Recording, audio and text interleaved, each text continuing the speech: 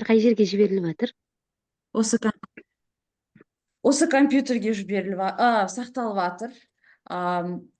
Екінші сабақтың записін мен жібермедім, біз қыздармен сөйлестік. Мы очень открыто говорили, помните, екінші сабақта так Мгм. открыто Иә. обсудили. Мгм. Да, такой получился Мгм. очень разговор открытый, поэтому я не стала отправлять Мгм. ссылку на второе видео. Бірақ бүгінгі Мгм. записьті көреміз енді. Бүгін вы будете защищать работу, у кого уже тема вчера была готова, кто сегодня уже что-то поработал, где-то что-то жалғастырды да жұмысты. Соны бүгін защищать Мгм. еткен мұғалімдерді тыңдап, Мгм. талдап көреміз записьті, наверное, отправлю сегодня уже. Басқа мұғалімдер де көрсін, как нужно будет поработать над темой. Итак, Мгм. жалпы бүгінгі жұмысымыз сол мини-прототип пед идеи болады ғой. Мини-прототип пед идеи работа. Сіздерге менің дауысым естіліп тұр ма? Иә. Неге қатып қалып тұр? Дауыс дұрыс естілмей тұр. Менің дауысым естілмей тұр ма? Бір естіліп, бір естілмей кетеді арасында. Да вы что? Қатып қаласыз. Сіздерге естіліп тұр ма? Мне чисто Әлде мен- слышно. Сіздің де даусыңыз бір не істеп жатыр.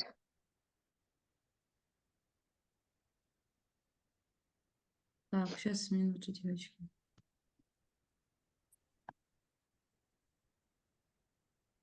Многих сегодня нет, да? Почему-то многие не присоединились. Сол группаға жазайын мен. Пакиза ханым, мен жасай алмадым бүгінше, мүмкіншілігім болмады мүлдем. Может, жіберсем болады? Я бүгін Аудиомен ба? постарайтесь сегодня, завтра отправить, я Бірақ понимаю. бірақ біз иә, бір материал көрдім, сол өзім тақырыбым бойынша бір-екі өзім идея келді да өзіме, просто қалай шешу. Но бірақ бүгін отырып домашний заданиені жазатындай мүмкіншілігім болмады. Хорошо, я, конечно, войду в положение ваше. Дұрыс, 90-ның соңы болған соң суммативное оценивание.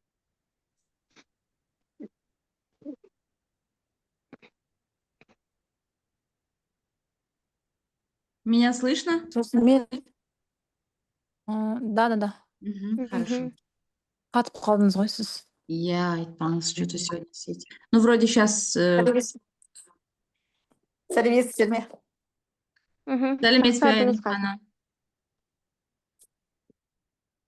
Қалдарыңыз қалай?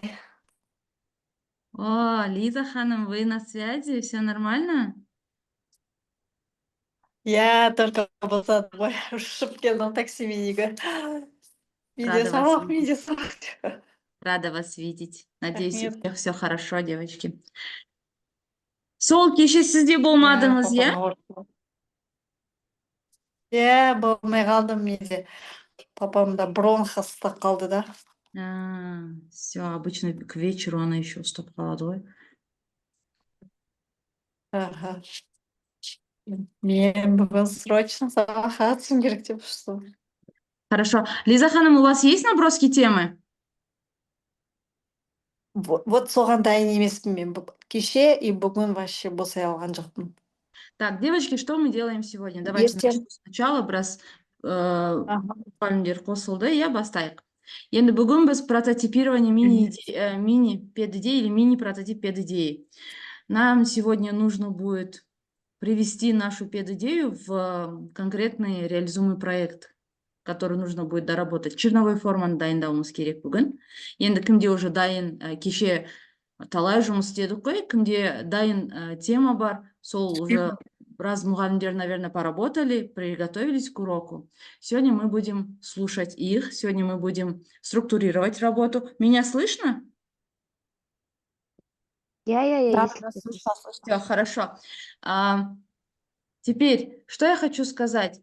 Главное, что мы определили тему, оның мәселесін білеміз, цель, решение и нәтижесін. структуру общую сделаем, а потом мы же будем эту педидею под разные конкурсы потом уже подстраивать. Ережесін көріп, әр конкурстың ережесі басқа-басқа ғой. Бірақ бүгінгі защитада бізге сол, помните, я вам план отправляла. Мәселесін, мақсатын, шешімін, нәтижесін. Бүгін айтуыңыз керек. Кто уже поработал с темой? Вот, я знаю, Алмагуль ханым, мы с вами определились, да? Так, Айзере Да, ханым. здравствуйте. Здравствуйте, здравствуйте, как вы? Всех рада видеть.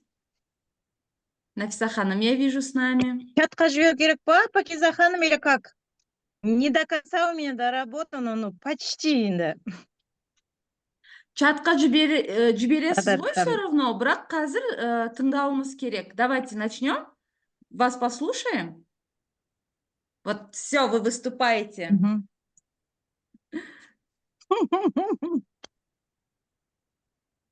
Так.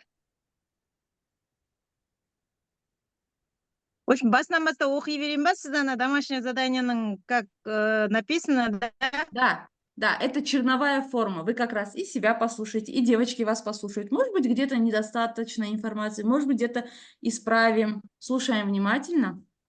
Мгм. Мгм. Так, тема у меня Level Up English, бір сыныпта speaking және writing дағдыларының деңгейлі тапсырмалар арқылы дамыту. Мгм. Вот актуально, зачем вот учитель мен не доработала, какую реальную проблему вы видите, на какую реальную проблему болғанда бұл жерден балалардың сөйлеуі, өйткені бір сыныпта 3 деңгейдегі оқушылардың отырғандығынан.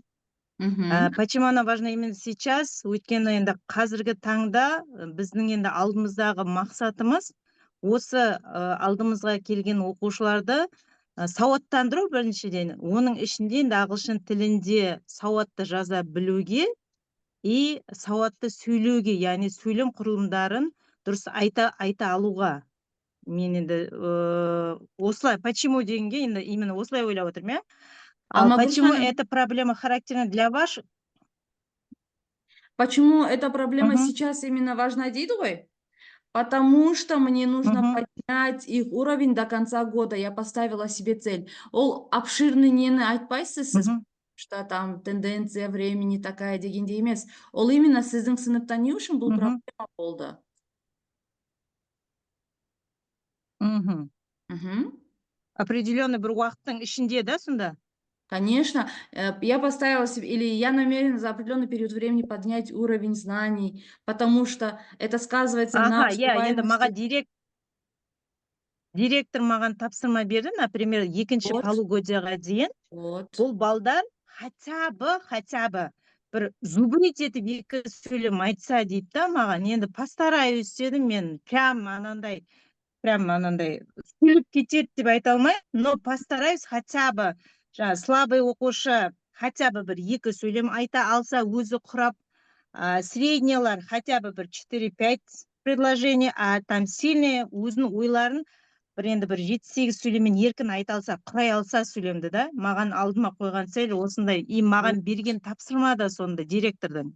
Вот сол ғой Потому что актуальность. мен сол өткізген ашық сабақтағы әдейі алып тұрмын ғой, сол класс, 5 класс, у меня именно жаңағы өте төменгі деңгейдегі класс маған осындай тапсырма берді, келесі полугодияға дейін, яғни біз екінші полугодияда ашық сабақ береміз ғой, или Мгм. болмаса там обычный сабақтар бар ғой, сол сабаққа кіремін, и сол кезде сізге берген тапсырма орындалды ма, орындалмады ма, сіз соған көңіл бөлдіңіз бе, бөлмедіңіз бе, мен соны қараймын деді.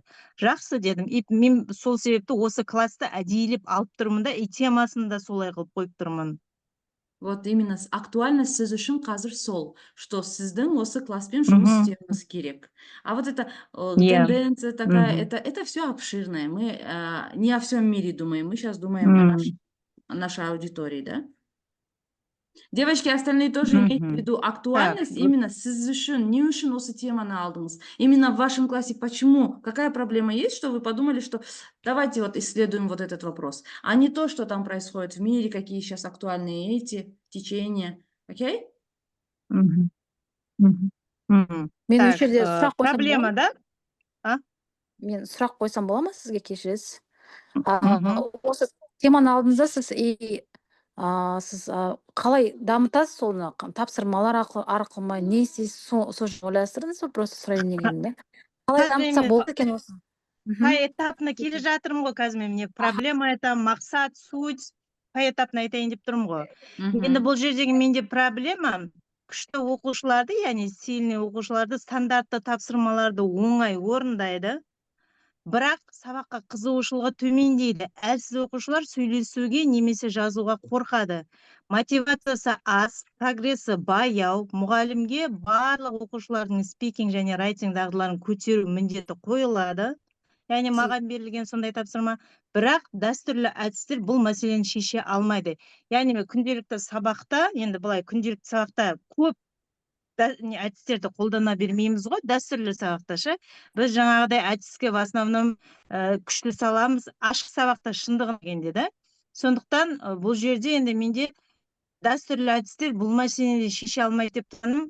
Қосымша тапсырмалар қазір енді по ходу айтып өтейін.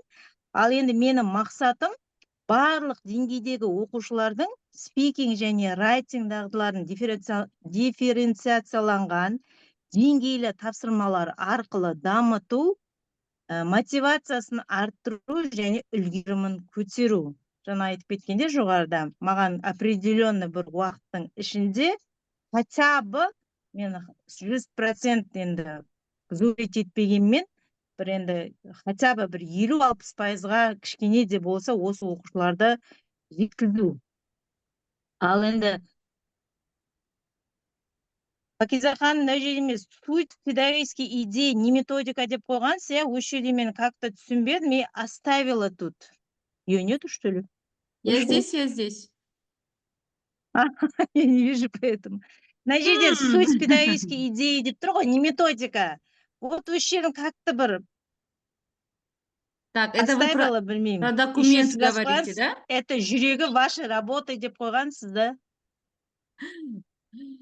Солгай поменять подход или применить У вас будет применение дифференцированных упражнений для развития определенных навыков в определенное время. Все. Ары қарай айта берейін ме онда? Ja, айта беріңіз.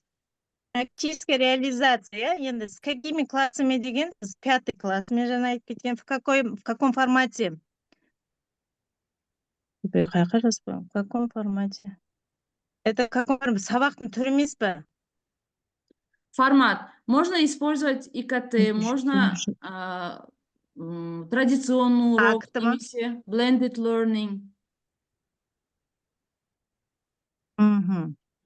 Может, АКТ-мен енді в основном, слушаниесі бар ғой.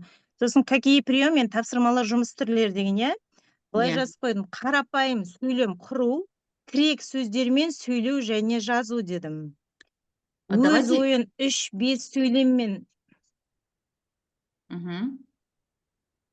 3-5 сөйлеммен жеткізу, сұраққа толық жауап беру. И плюс тағы тапсырма, look and say деп қойдым, яғни сурет, немесе мысалға сөйлем тұрады, I like, қасында сурет тұрады. Чтоб мысалға алманың суреті тұрса, I like apples. Мысалға да, ана суретті көре отырып, ана жердегі сөздерді, суреттегі сөзді, яғни затты қолданып сөйлем құрау керек. Қарапайым сөйлем да. Мысалға, I have, мысалға тағы бір немесе, I am a student, I am a teacher деген сияқты. Яғни бастапқы формасын беріп қойып, ар жағында алманың тағы да бір заттардың суретін қойып қойсам, сонда қарапайым сөйлем құру. Мысалы, 1-2 сөзден тұратын сөздерді. Осындай деңгейлік тапсырмаларды берсем. Сол қарапайым Ал енді сөзіңіз качаться на каком этапе деп қойғансыз? Вот сол қарапайым методтармен жаздыңыз ғой, соның қасына скаффолдинг жазыңызшы, Алмагүл ханым, просто я потом забуду. Скаффолдинг, это вот айтып тұрсыз ғой, я буду давать начало, а олар сол сөзді қолданып, дальше будут продолжать. Это называется скаффолдинг, ол да бір методика, техника ғой, поддержка учителя, скаффолдинг. Вот я себе тоже написала, чтобы не забыть. Потом доработаем. Все, дальше продолжаем.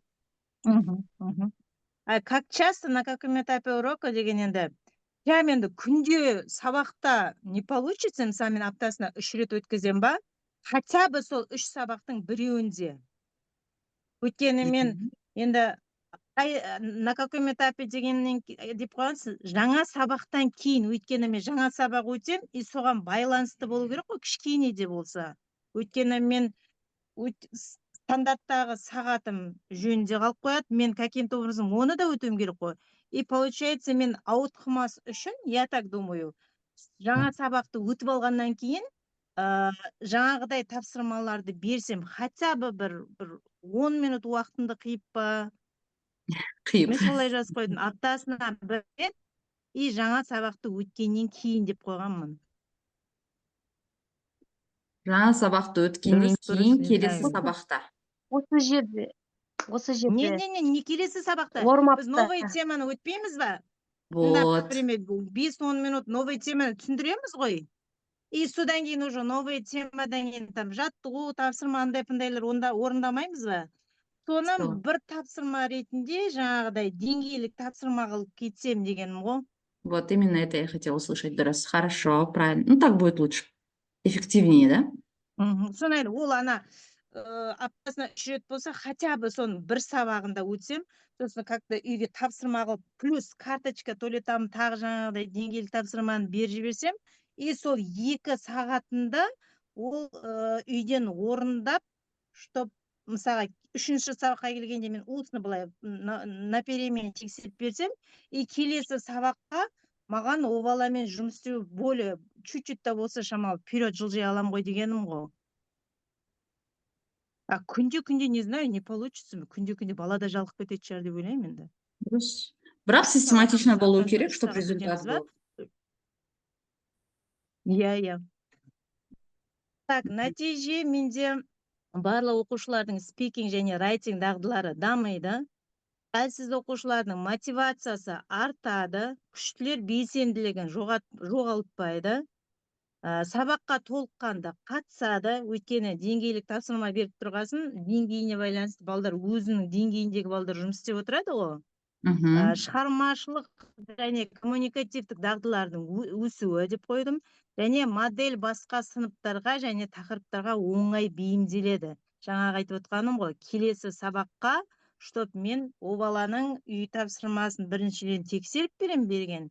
И жаңағы айтқандай мотивация берсем, например, молодец, сен күшті жұмыс істеп келе жатырсың, келесі сабақта сен бұдан да сен өзіңді көрсете білуің керек, дұрыс, осы жерде дұрыс жазғансың, тек мына жерін дұрыстап жүрсең деген сияқты мотивацияны бермесең, қазіргі балдар без мотивация никак болып тұр ғой. Сосын одан кейінгі тақырыбымызға кіріп кете аламыз деп ойлаймын.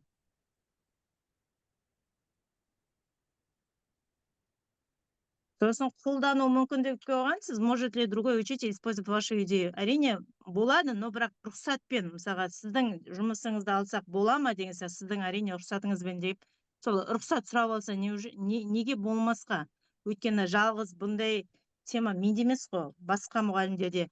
Айтып қойғансыз, где еще можно применить, при каких условиях, кому особенно подойдет.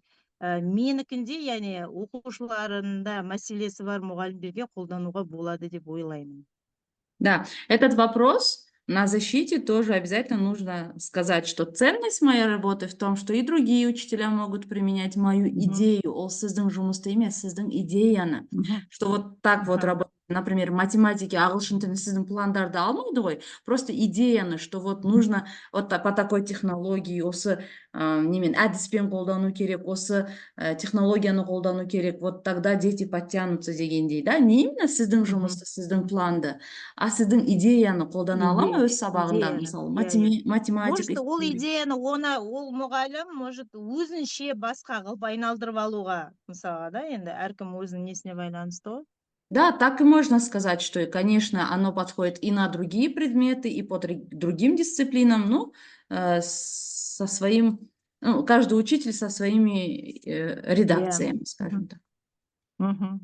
Корректировку там редактировать можно, әр мұғалім өзін. И профессиональный совет, енді бір сыныпта деңгейі әртүрлі болғандықтан деп қойған. Енді барлығына бірдей тапсырма мотивацияны төмендетеді, яғни өйткені бірдей тапсырма беріп жіберсек, барлығы енді орындай алмайды ғой, деңгейлер әртүрлі болып тұрғасын. Ал деңгейлік тапсырма әр оқушыға жетістік сезімін береді деп ойлаймын. Өйткені енді деңгейіне байланысты орындап тұрса, әр деңгейдегі оқушы өзінің деңгейлік тапсырмасын орындаса, уже оған плюс қой, мен мотивация беремін. Молодец, сен орындадың, сен уже бұдан да сәл бір сатыға көтерілдік, и ары қарай тағы жұмыс істейміз дегенде осылай болады деп ойлаймын. Енді менікі недоработан айтып тұрмын ғой, мына жерде суйтты тастап кеткенмін, и сондай да сіз общий не дегенсіз енді жалпылама не істеп қойған, по ходу сосын зумда кто-нибудь что-нибудь скажет дегендей. Вот сейчас как раз-таки послушаем наших коллег. Уважаемые коллеги, давайте вопросы, отзывы, может быть, вы свое предложение какое-то внесете. У Алмагуль ханым чисто такая по ситуации, по своей задаче написанная работа. Именно ее вот класс, у нее задание повысить им уровень, конкретно вот этому классу.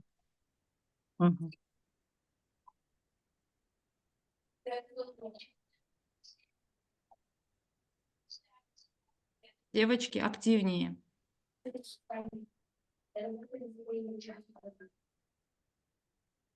Енді презентация болмаған соң, вы же услышали все? Все предельно ясно объяснила. Алмагуль ханым расписала. Сейчас позже она документом поделится.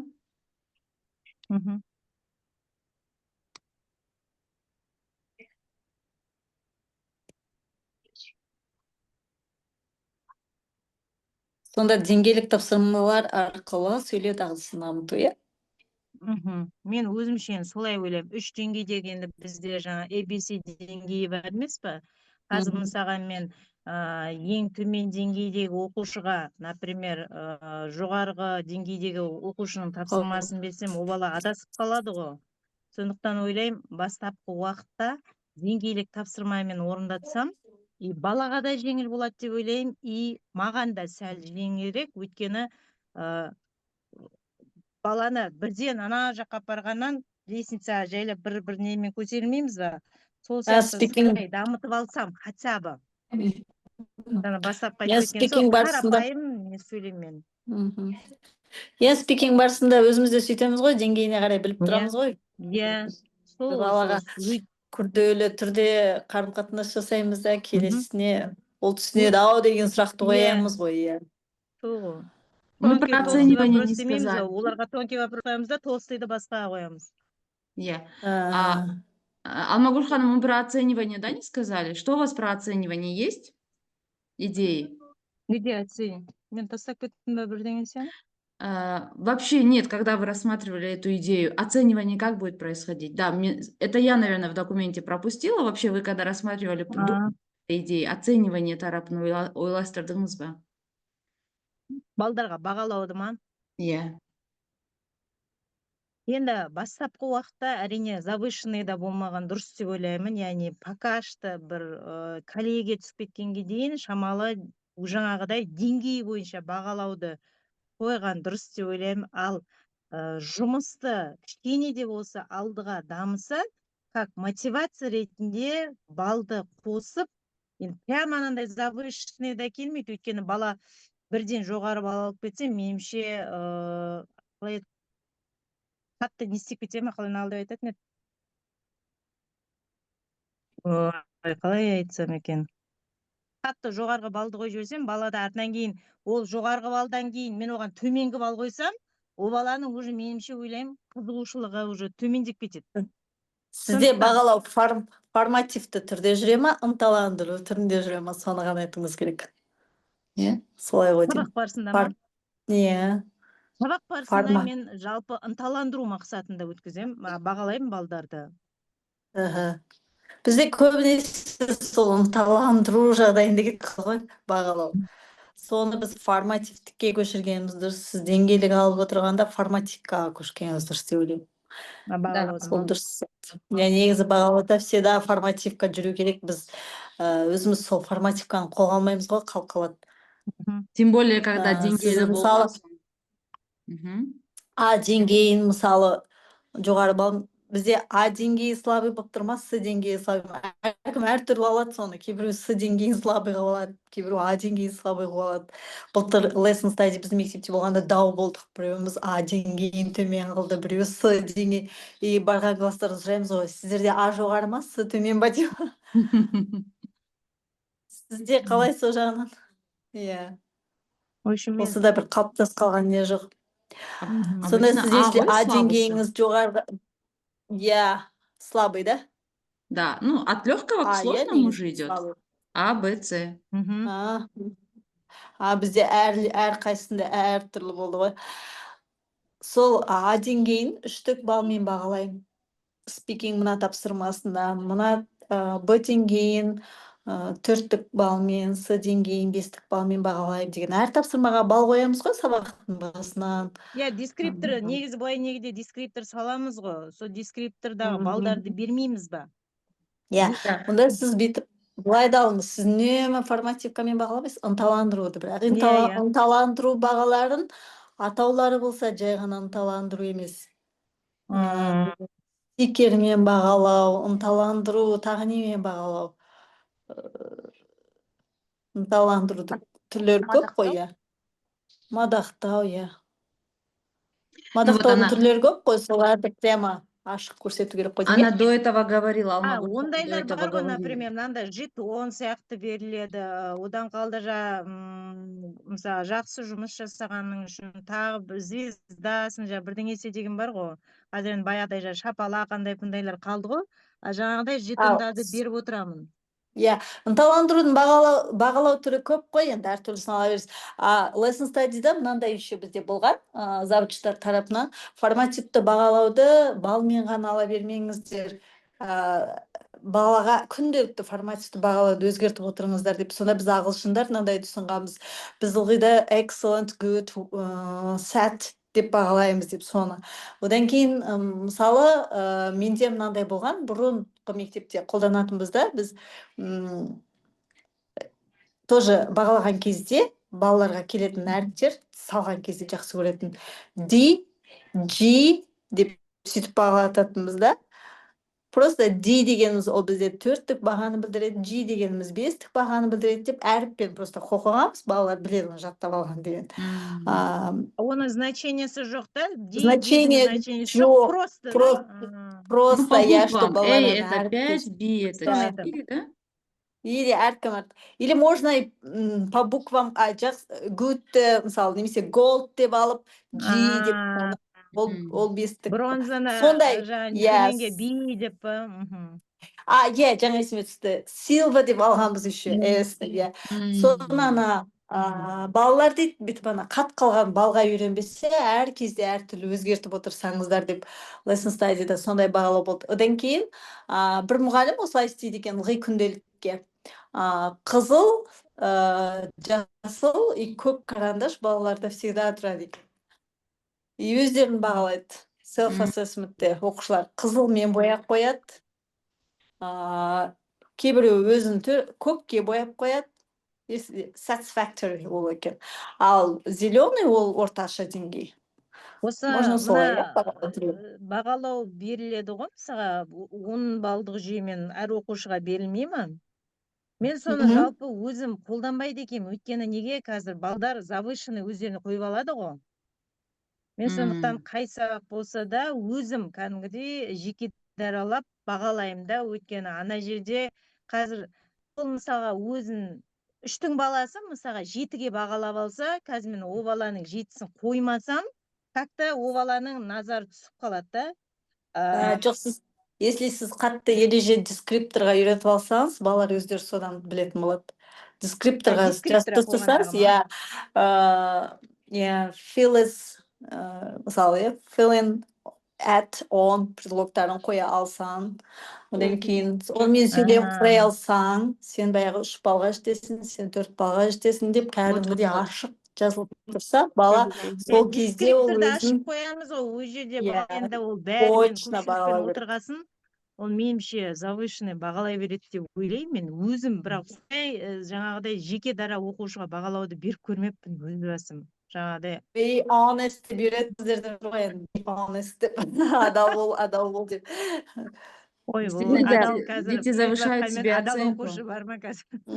Дети иә завышают негізі себе қазір оценку. балдар дейтін не істейді қазір балдар дейтін үйретсең соған қарай тез бейімделеді бұрын мен де осылай сіз сияқты ойлайтынмын берсем қазір ол балдар өз өзін жоғары көтеріп жібереді деп жоқ оказывается олай емес екен берген сайын бала Үйретуден ба? сосын иә үйретуден екен сосын дескрипторды қойған кезде бала өзі сосын андай жаңағы жұптық жұмыста мысалға кейде бір бірін бағалатқан кезде олар өздері бір бірін бағалай алады бұрын мен ойлайтынмын бір бірін өтірік бағалайтын шығар анау бір біріне жаңағы нететін шығар деп сосын не үшін сен ондай бағалап тұрсың деп сұраған кезде олар өздері айтады мынаны білген жоқ ол мынаны бүйтті мынаны сөйтті мынаны білді деп олар қазір уже бірте бірте сұрай берсеңіз уже олар үйренеді соған қарай осы бағалауды биыл менде қатты өзім осы формативтімен бағалайын деп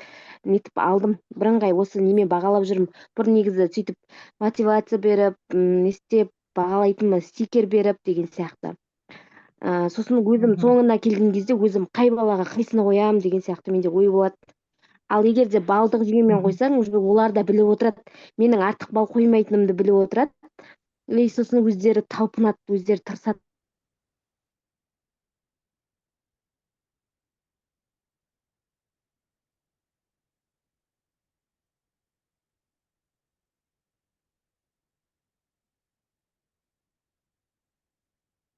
кері фидбэк жасамай ма балдар?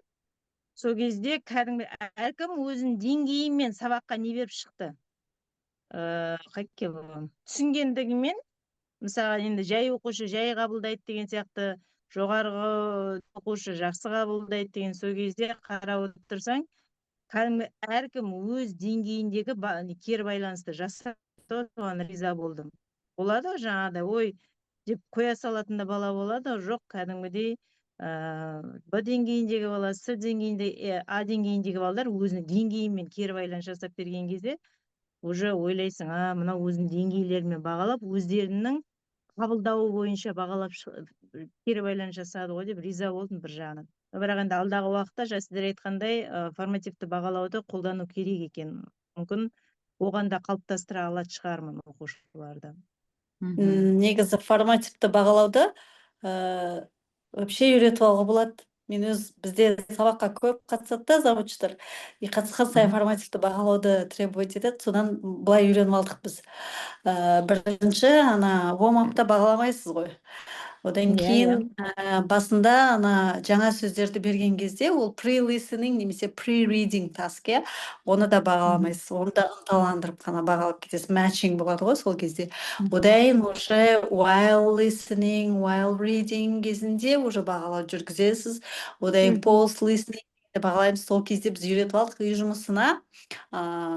Менде кейбір класстар уже жаттап алған. Үй жұмысы бізде 3 балл. Үй жұмысы 3 балл. Одан кейінгі while listening кезінде, while reading кезіндегі тапсырмада тоже 3 балл алады. Одан post listeningда сізде жоба қорғайды, немесе письмо жазады, эссе жазады.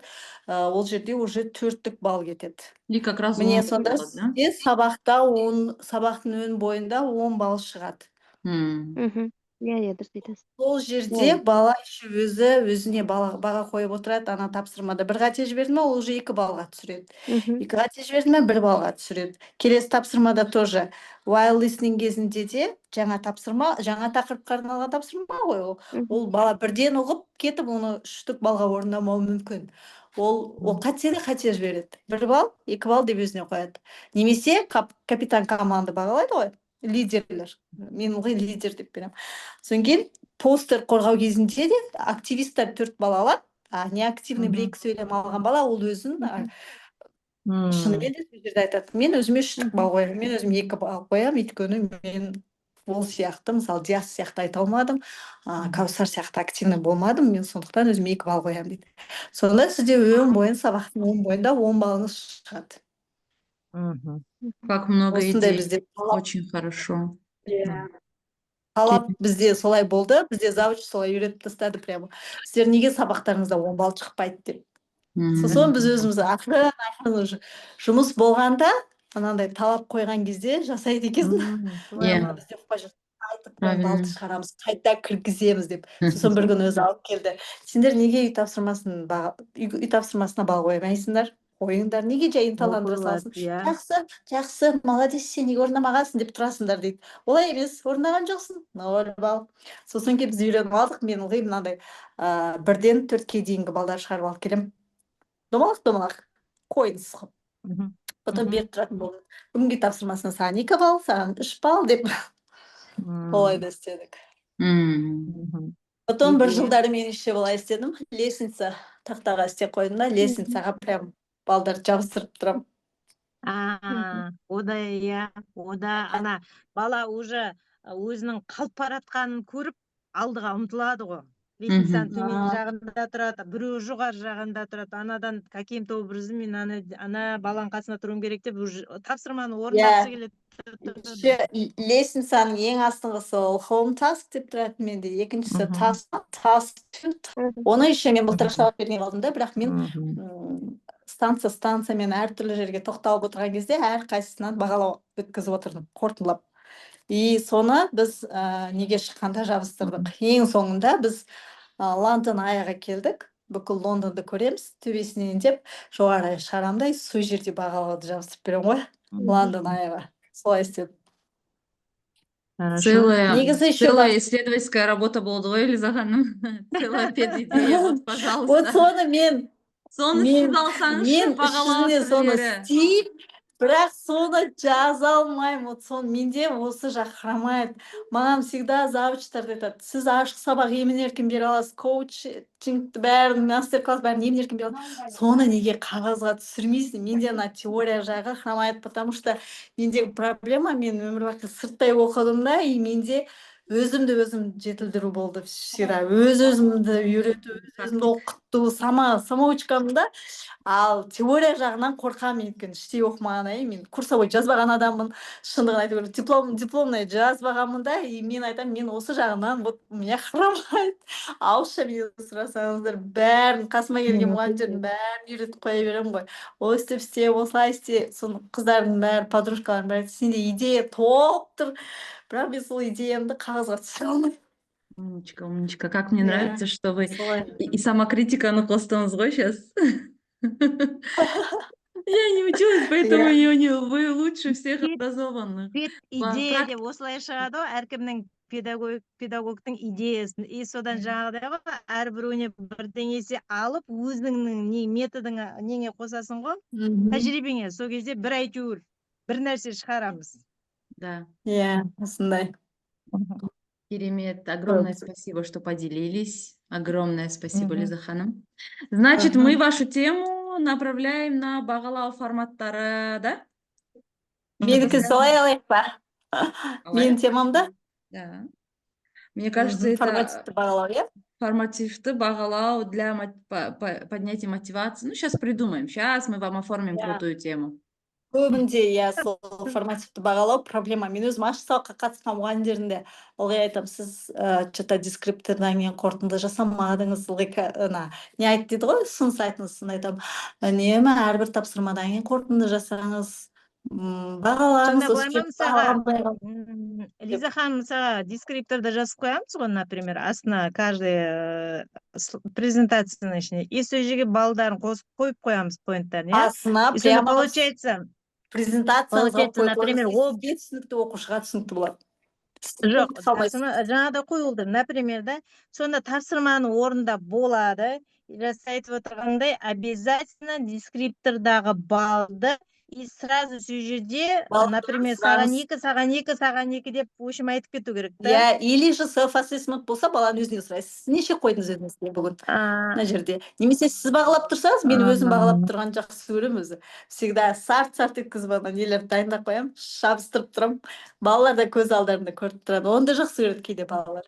Или же кейде айтамын, мысалға біз қойып қоямыз, дескрипторда тұрады, и того барып біз соңынан істейміз. Онда получается, после каждый дескриптордан кейін обязательно озвучка жасап, мысалы, сенікі міне, или болмаса сіз айтқандай, там жапсырып кету керек та. Өзі шарт тапсырма ғой, сіз үй тапсырманы бағалайсыз, болды. Иә. Одан кейін сіз pre-listening, pre-readingдарда ешқашанда бағалау алмайсыз.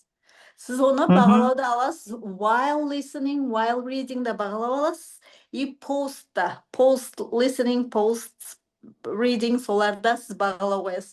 Сол жерде ғана бағалайсыз, мысалы. Можете, мен кейде былай істеймін, үй жұмысын мен өзім бағалаймын, кейде. Одан кейін, мысалы, while listeningді өзім бағала деймін, self-assessment-қа қоямын. Одан post listeningді кейде мен leaders mark деп, лидерлердің бағасы деп, лидерлер қойып шығады. Өйткені групповая работа болып қалған кезде, сондай кезде. Немесе peer assessment деймін, ол кезде уже парный бағалау деймін. Осы жерде сұрап кетсем бола ма? Түрлендіріп отыр ғой. Біздерде тоже жаңағыдай Лиза ханым айтқандай, мектепте жалпы қатысқан уақытта, завучтар қатысқан уақытта жаңағы бағалау қалай жүрді деген сияқты сондай всегда болады да. И мен ең бірінші жас маман болғанда, ең бірінші жылымда мен ашық сабаққа бірінші класты алдым, ол кезде бірінші класс оқиды. Сонда маған бәрі не істеді, мен анандай дескрипторды, мысалы, қазір енді жоғары классқа беремін ғой, былай болады да, мен жаңағыдай қарап отырмын, мысалы, 3-4 тапсырма болса, үй жұмысын өзім бағалап кетемін. Сосын дескрипторға, мен осы күні дескрипторға былай жазам. Енді тапсырманың күрделілігіне қарай, көбіне бізде жаңағы сөйлемдерге жаңағы не жақшаны ашады бірдеме ғой, жаңағы дұрыс орнына қою керек деген сияқты. Қараймын, 8 сөйлем болса, барлығы if all correct, жаңағы 3 points. Сосын 1-2 қатесі болса 2 points. Сосын жаңағы 3-тен көп қате болса, уже 1 point аласың деп, сол каждыйына осылай тоже мен всегда солай беремін да. И каждый сабақ сайын айтып отырамын. Сосын self-assessment дейді, просто мынандай А4-ларға шығардым да, күнде кетіретін немен маркермен бірге беріп қоямын. Әркім өзінің атын жазады да, сол жерге бүйтіп жазып қояды. Например, первое задание 3 points ба, 3 алды ма, 2 алды ма, уже олар біледі да. И осылай, мен де осылай жасайды, тоже жаңа дұрыс қой да. И сонда общий 10 балл. Иә, дұрыс. Бағасын алады. Сосын сабақтың соңында self-assessment-тарына атын жазады ғой, например, Ерасыл, Жанболат, не деп аттарын жазып береді. И мен соны аламын да, сол бойынша қарап, 7 ма 7, 6 ма 6, кейбір кезде енді болады, 5 жинап қалады мысалға. Ондай кезде домашнее задание бірдемесі болса, я болмаса сол жерде, например, пару вопросов могу задать. Апай, мен жаңа сабағым не болып тұр, осындай 5 балл алып қалам ба деген сияқты болады. Сол кезде мен, например, любой бір өтіп жатқан темасына вопрос қойып жіберемін. И сосын соған енді болады кейде былай жауап береді ғой. Сосын вот за старание деп, мысалы, 1 балл, 2 баллды қосып, примерно баллын өзінің келтіріп беремін да, бірақ тоже солай. Біздерде всегда солай нені бағалауға қатты қарайды тоже. Осылай жасаймын. Соны жаңа сұрап атқаным ғой, дескрипторға мысалы, барлығы дұрыс болса, 3 балл деп жазып қоямыз, сол дұрыс қой да сонда. Иә, дұрыс. Ол сіздің бір тапсырманың балы, иә, 3 балл деген.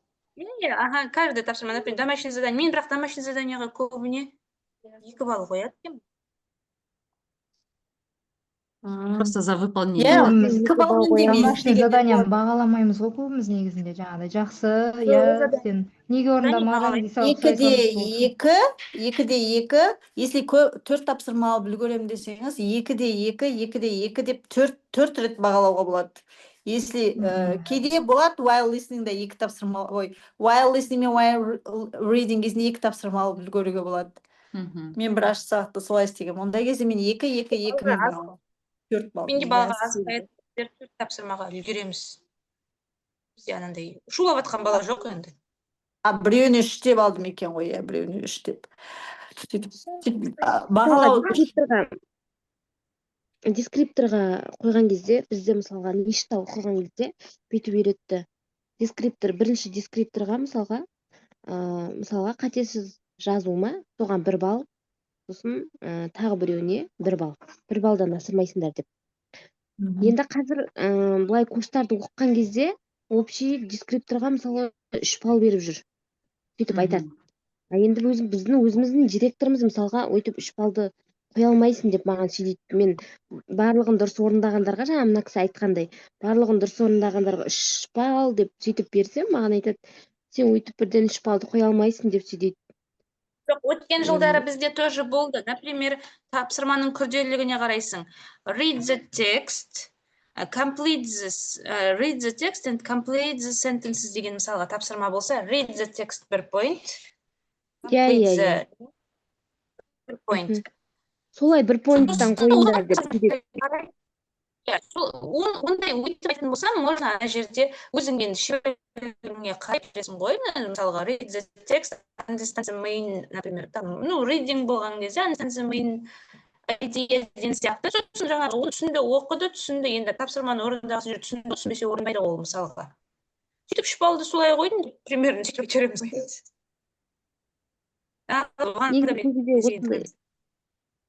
Негізі общий 3 балл алып, сосын арасында мысалға мындай қате кетсе, 2 қате кетсе, 2 балл деген сияқты, оңай сияқты маған. Ол енді тапсырманың күрделілігіне қарай, мысалға, тек 4 сөйлем берсе, мысалы, тек қана 4 сөйлем тұрса, там, ондай бар ғой, кішкентай нелер. 4 сөйлем беріп тұрса, сен оған 3 баллды қоя алмайсың ғой енді. Поэтому можно там 2 балл оған. Сложностына қарай. Например, енді 12 сөйлем тұр, я болмаса 12 там бірдемені жаңағы жақшаны ашу керек бірдемеден тұр, 12-сі тұрса, онда неге қоймасқа оны? Потому что бала уже не істеп тұр ғой. Енді 4 сөйлем, 3 сөйлем болады кейбір кезде бізде тек қана 2 жаңағыны. Қазір, например, 9 класстарда direct speech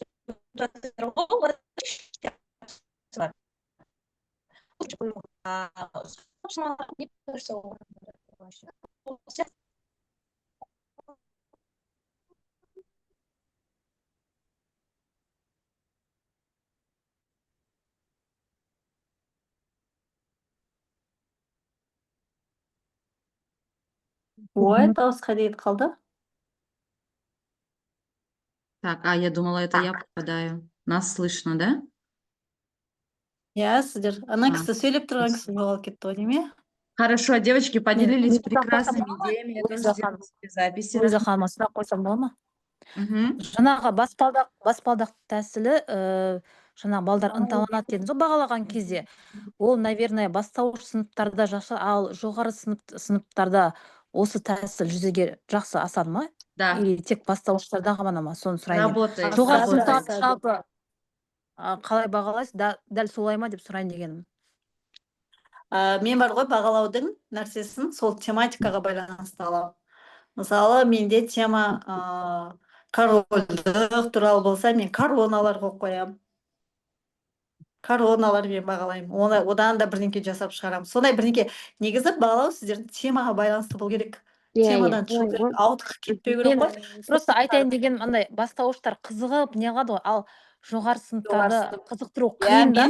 Сол кезде мен қалай 8-ші сыныпқа ынталандырса болады. 8-ші сыныпқа тоже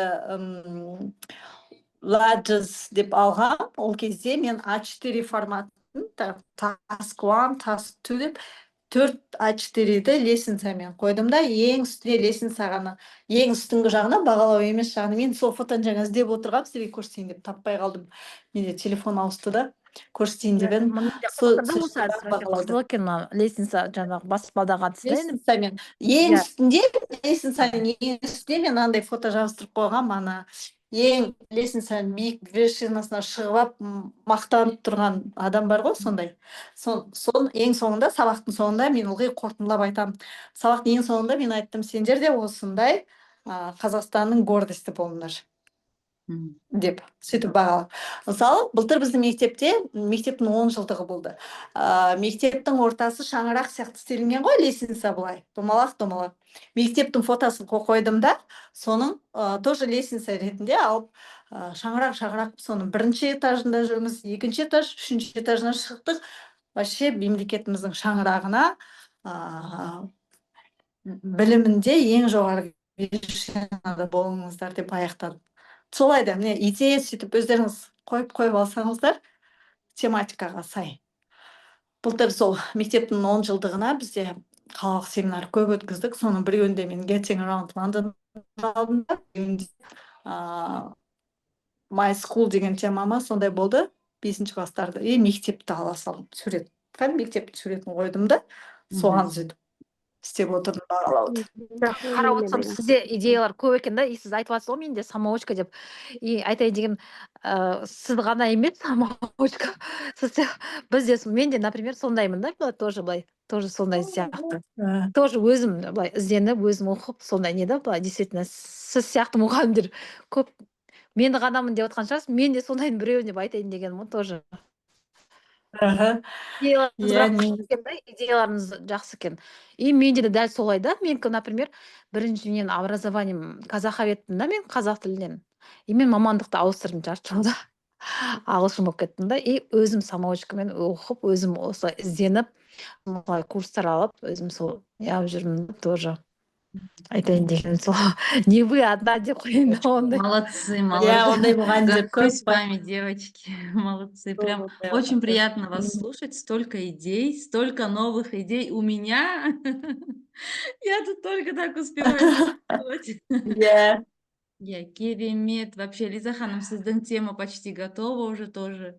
Ну так, посмотрите еще, я вам тоже, да, посмотрите. Нравится, будем продолжать работать. Вот видите, и с вами разобрались заодно. Молодцы, хорошо.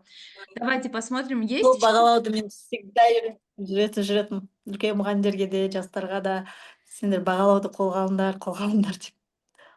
Вы правильно говорите. Оның маған пайдасы тиген. Ашық сабақтарда только вспоминаем, что бағалау керек қой, я? Не, тапсырмада. А так общий сабақтарда прям поэтапно істемейміз ғой. А так как это полезно? Просто сол ladder'ді мен бүгін қолдандым. Не знаю, так захотелось. У меня к концу четверти всегда такие взрыв креатива, креативные уроки провожу, потому что все уже близко к концу дегендей. И с 9 классом это работает прям супер. Дети сегодня горели, не отпускали меня, пока не доберутся вот наверх, да, вот к Да, поэтому работает. Вот сейчас спрашивала Айнур Ханым, да, вы спрашивали, работает ли со старшим классом? Работает, реально работает. 9 класс бүгін.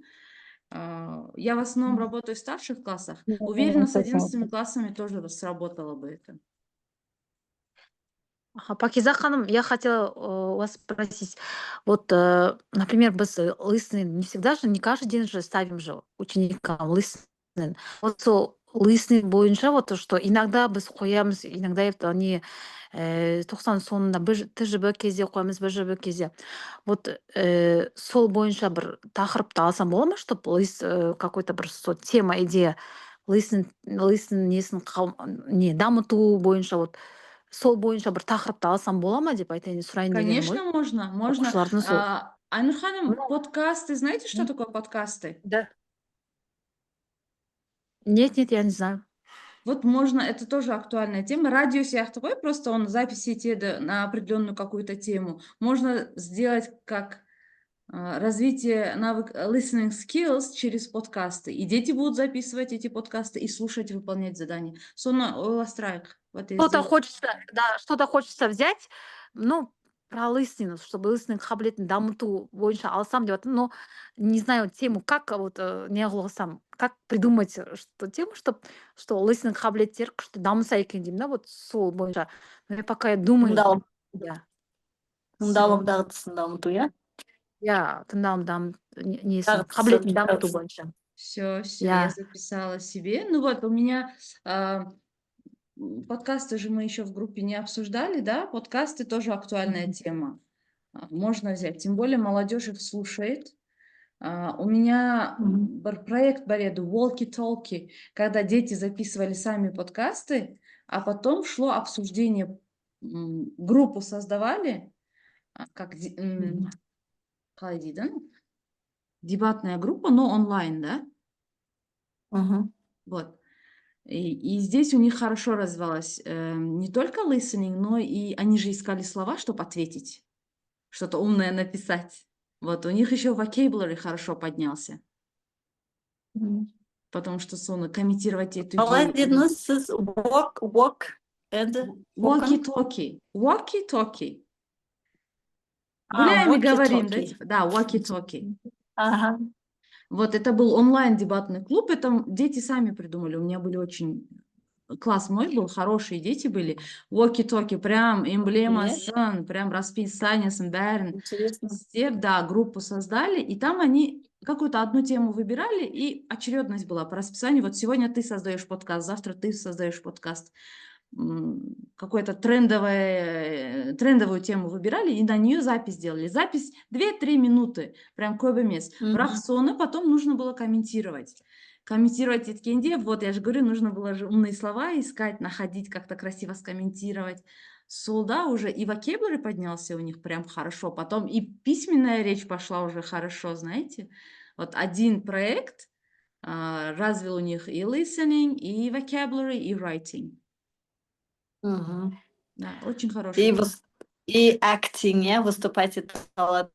Ораторское мастерство, да, Нет? имеете в виду? Да, они уже Да, не да, да. стеснялись. Да, уже не Сол стеснялись. ораторское мастерствоны ағылшынша қалай айтамыз, мен ылғи acting деп аламын, дұрыс емес, иә? Негізі қалай ораторское искусствосын не деп айту керек балалардың? Хороший вопрос.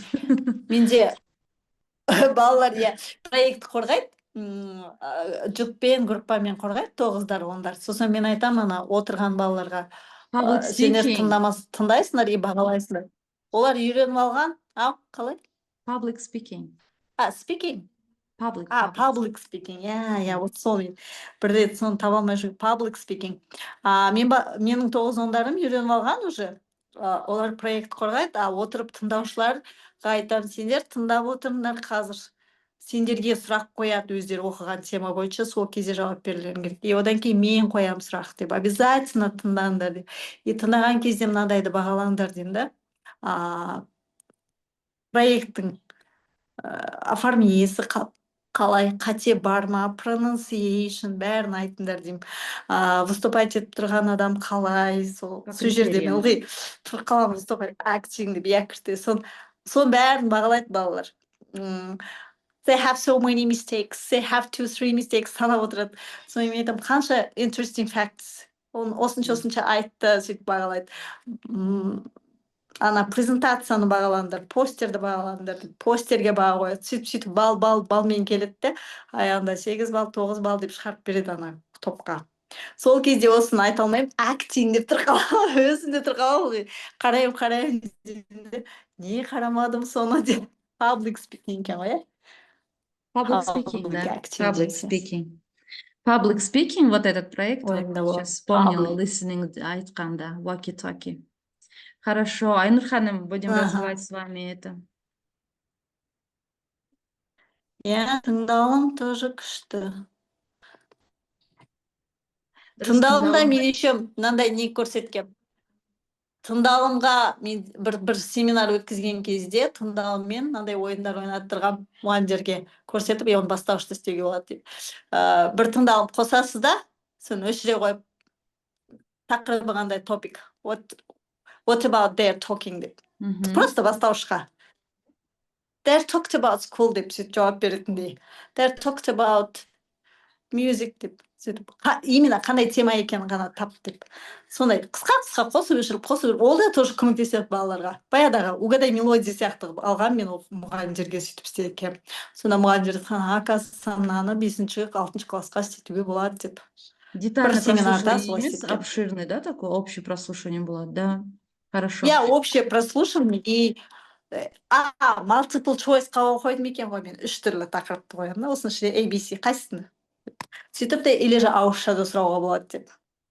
Да. Да, это уже задания будут, да, к listening, какими способами развивать. Да, хорошо. Лиза ханым, вот у вас тема с оцениванием, можно же и методичку создать. Да, виды формативного оценивания по разным видам деятельности. Методичку можно целую создать, очень полезная вещь будет. Авторская, да? Наса вообще күшті идея бір неге жинап жазса прям. Сол ғой, иә, жинап. Авторлық бағдарлама ма? Что пропадать добру? Келесі апта авторская ғой, Лиза ханым, болды авторская. Бүгін педагогика тапсақ, келесі апта авторская. Мен ондай Бүгін де айтып қоямын подружкаларыма, жаңа да айтып қоямын, мен вообще дайын емеспін, по идее үйге барып педиде жүріп, а мен больницада жүрмін деп. Жол бойы уайымдап келгенмін ғой. Құдай өзі көрсетіп тұр. Не переживайте, конечно, жизненные ситуации у всех бывают. Хорошо, девочки, есть еще кто будет выступать? Нафиса ханым, Толганай ханым? Мы вчера с вами работали тоже. Жанат ханым. Қалдарыңыз қалай? Мында ше, мен кеше сізге айтып едім ғой, English for real use деген тақырып таңдадым деп ше. Так. Мен бірақ ары қарай өр біткенде не істеу керек екенін білмедім. Мен сізден сұрап едім ғой, арнайы мысалдар жазуым керек па? Мысалға, ситуация там на кухне, допустим. Соны сол жерге диалог құрауым керек па? Болмаса жаңағы балалар тез-тез айта алатындай фразалар дайындауым керек па? Мен соны түсінбедім. Сол үшін мен Қандай документ жұмысты ары қарай өр біте алмадым. Сол үшін документ Мен оны жіберіп қарап тұрмын шықтым, ғой. бірақ мен алдыңғы сабақты көрмегеннен ба, содан кейін ба, мен кішкене андай пробелами түсініп жатырмын да. Алдыңғы сіз айттыңыз ғой, ол сабақты жібере алмаймын деп едіңіз ғой. Иә. Сол сабақты содан көрмегеннен ба деп ойлап тұрмын мен. Жоқ, сабақта енді біз талқыладық қой, вот как сегодня, бірақ всю информацию я отправляю в текстовом виде тоже. Лишнее не отправляю. Одан бұрын еще как выбирать тему, на что основывается тема. Группада, по идее... Я оның бәрін оқып шықтым. English for real use? Иә. Просто маған кажется, что ол тақырып қызықты. И балалар, мысалға, біз академический бір балаларға үйретеміз, грамма үйретеміз да. А олар бір жағдаятқа түскен кезде не знают, как себя вести, допустим. Оларда там, допустим, олар ата-аналармен шетелге демалуға шыққан кезде они не могут сондай фразалар айтуға, өздерін ситуацияға сай ұстау білмейді да. Мен уже сондай балалар болды, апай, мен осы жерде не деп айтам? Осы жерде не деп айтсам болады деп. Сосын мен айтам, андай өзіміз переводтап, сөйтіп осылай айта берсең болады, тебя поймут в любом случае деп айтам ғой. Бірақ енді андай пошагово ештеңе айта алмаймын да оларға. Как бы simple English сияқты керек та. Everyday English. Everyday English. Енді қарап, иә, сондай Everyday English. Солай. Ол бізде әр кітапта бар, соны мұғалімдер мән бермейді Everyday English'қа. Оны мен apologizing, ана неше тіл кездеседі ғой. Қалайық болсын керек болады деп айтам, бірақ балалар оған көбінесе. Потому что там андай не жоқ, прям керемет, олар үшін тапсырма қиын емес, олар тез-тез орнына қоя салады, тыңдап диалогты комплитинг жасай салады деген сияқты сондай көп қой. Бірақ сол тақырыпты алғам. Сол может ары қарай өрбітуге болады деп. Да, конечно. English for real. Мен өзіме де соны бастап бағана кешіп келгенде жазып жатқан осы тақырып алдында ұнады деп едім ғой сізге, Пакиза ханым. Да. Осы тема ұнап тұр. Тұрмыстық жағдаяттық арқылы функционалдық сөйлеуді қалыптастыру. Иә, сіз осы теманы алып тұрсыз ба? Жаңа кім? Мен бұны мәселесі былай деп ойлаймын. Оқушылардың күнделікті өмірдегі тіршілік дағдысында өз ойын жеткізе алмау. Мен ылғи бүйтіп айтамын оқушыларға кірген кезде. Ылғида сабақты бастаған кезде what do you do yesterday? What did you buy yesterday? Деп жай ғана сол сұрақты қойса, өмір мен күнделікті тіршіліктегі байланысты, тіршіліктегі ситуацияны, күнделікті болып жатқан ситуацияны айтып бер десең, балалар I watch TV. Коротко, да? What did you buy? I bought an ice cream. I bought a dress деп қана айта салады. Мен неге олай айтасыңдар? Қарапайым, мысалы, бұрын мен аузым ашылған, апайым Хелли Берриді сабақ берді да, ағылшыннан. Берген жоқ, ол кісі не болды? Ағылшын мұғалімнің ассистенті болды, көмекші мұғалім.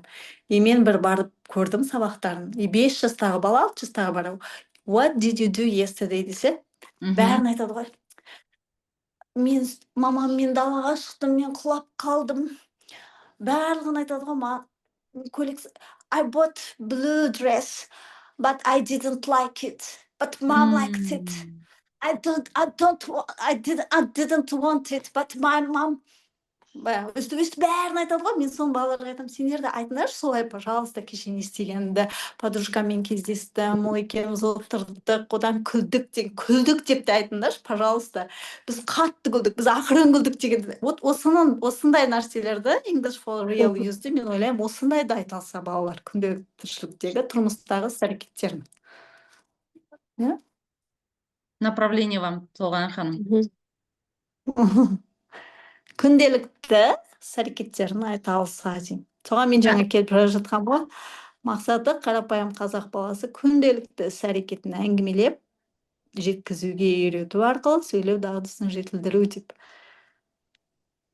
Осы мысалға сіз айтқан, бізге курста да апайымыз айтқан, жаңағы осылай күнделікті қоя берсеңіздер, когда-нибудь они дорастут, потому что оларға в привычку войдет деп ше. Может, когда сіз андай көп сұрақтар қоя беріп, бір күні олар типа сіз ойлағандай жауап беретін шығар. Я, например, купила там красивое платье, анау мынау деген сияқты толығырақ ше. Біз олардан кейде көп нәрсе күтетін сияқтымыз балалардан ше. Толганай ханым, я считаю так, нельзя постоянно спрашивать, если вы не видите результаты, тогда уже нужно применять что-то дополнительное. Мысалы, осы сөзді қолданып жауап беріңізші, или осы посмотрите на эту картинку и ответьте мне на такой-то вопрос. То есть какая-то основа нужна, бір нәрсе беру керек оларға, чтобы оны қолданып сөйлеуге бастасын. Иә, андай бізге совет ретінде айтқан ғой, мысалға каждый раз неге бұрышқа, сынып бұрышы сияқты неге нелер етістіктер, жаңа сіз айтқандай не қолдану керек, соның барлығын дайындап қойыңыздар.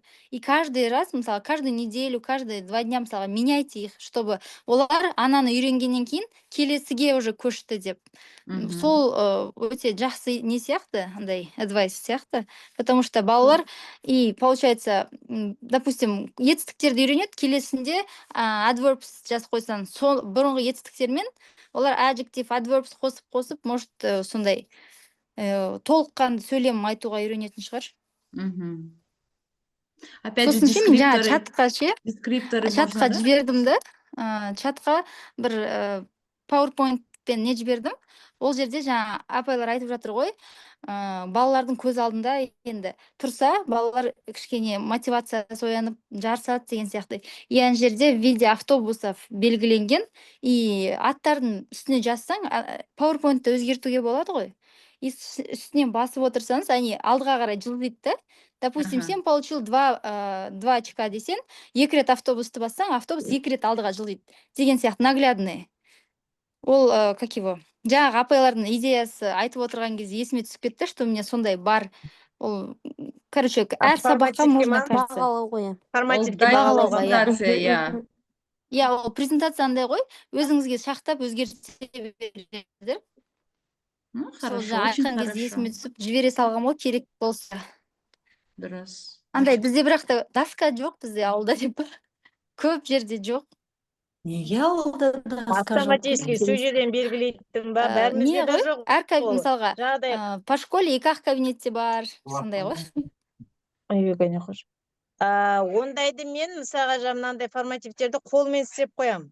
Там зымыран істеп қоям, тағы бірдеңелерге қолмен липучкамен барып алып жабыстыра салатын ғой.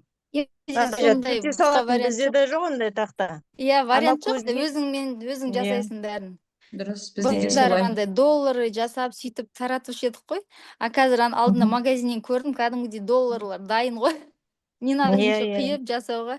Можно соларды алып, как же, ынталандыру болсын. Сколько у тебя очков, столько ты получаешь, типа, бағаны деген сияқты. Бізге тоже осы туралы алдыңғы неде курста көп айтқан. Форматирование дұрыс жасамайды, мұғалімдер дескрипторға қарама деп ше. Это, кажется, общий не. Общая проблема ғой. Бізден бағаны дұрыс, бізден баға сұрайды ғой енді. Баға сұрайды ғой. Менің баламды көтеріп беріңізші деп. Сосын мы не можем оны адекватно оценивать. Мен солай ойлаймын. Мысалға, басқа балаларда, басқа сабақтардан 5 болса, и саған келетті, ана балам 3 болып тұрса да, көтер деп. 4-ке сұрайды. Сондай ғой, мысалға, и сен аны адекватно оценивать етіп бастайсың, и в конце сен уже у тебя полная лажа болады, потому что анау лайық балаға қоя алмай қаласың, и наоборот, лайықтарға қоюға тырысамыз ғой в любом случае.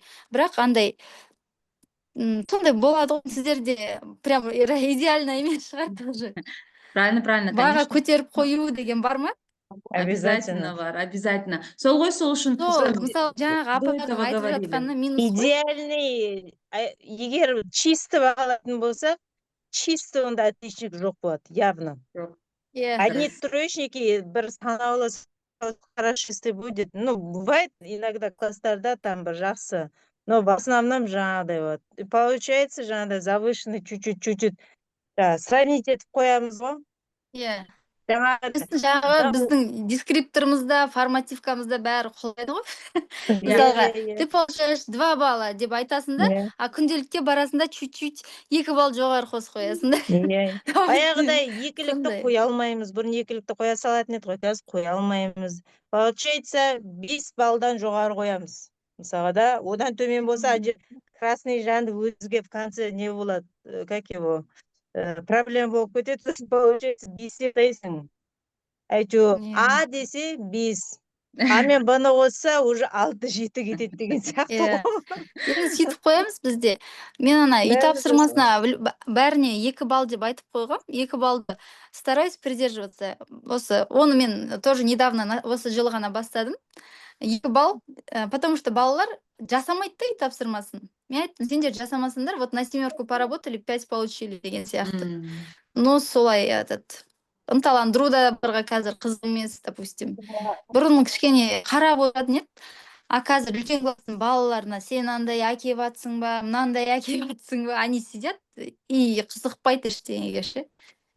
Менде сондай проблема. Мысалға, я стараюсь әкелуге, мен андай телефонға ойындар жүктеп әкелем, ссылкасын жіберем, сосын аралап тексеріп шығам, давайте кто первее, анау-мынау деген сияқты. Но олар, им не интересно, что вот мен солай дайындалып келдім, и сосын мен ренжимін оларға. Бүкіл еңбегімді насмарку сендер жібердіңдер деп үлкен классқа кәдімгідей ренжимін ше. Сосын балалар, кіші класстар кішкене стараются же, апай, мен бірінші деп. Сол кезде более-менее бірдеңе істеп жатыр екен ғой деп ойлайсың. Толғана ханым, теперь я смотрю на вашу тему и думаю, енді English for real life болғанда нені әкелесіз? Бір мешок картошканы әкеліп, бүгін фри жасаймыз, давайте ағылшынша рецептін, я. Істеміз ба деймін енді. Почему-то вспомнила, представила такую картину. Действительно, оларға әкелу, это уже новость емес, я? Дайындалды, әкелді, не уважают труд учителя. Бывают иногда такие дни, енді әрқашан емес қой, иногда они, конечно, это уважают, еще как работают. Ну вот, я же говорю, мен солай пообижаюсь там, и потом олар келесі сабақта кішкене, осы апай ренж қапты ғой деп, те, которые осознанные апай, солар сөйтіп келеді. Я говорю, это же манипуляция, мен балаларға манипуляция жасадым. Real life деген жаңа айтып отырған мен есіме түсіп жатыр. Шынымен де солай өмірмен байланыстырып, үйден киім алып кеп, мода көрсетіп, дизайнерский болып та сабақ өткізіп. Андай, біз ана көңілді қоңырау дегендер бар ғой бізде ше. Соған біз андай, what's in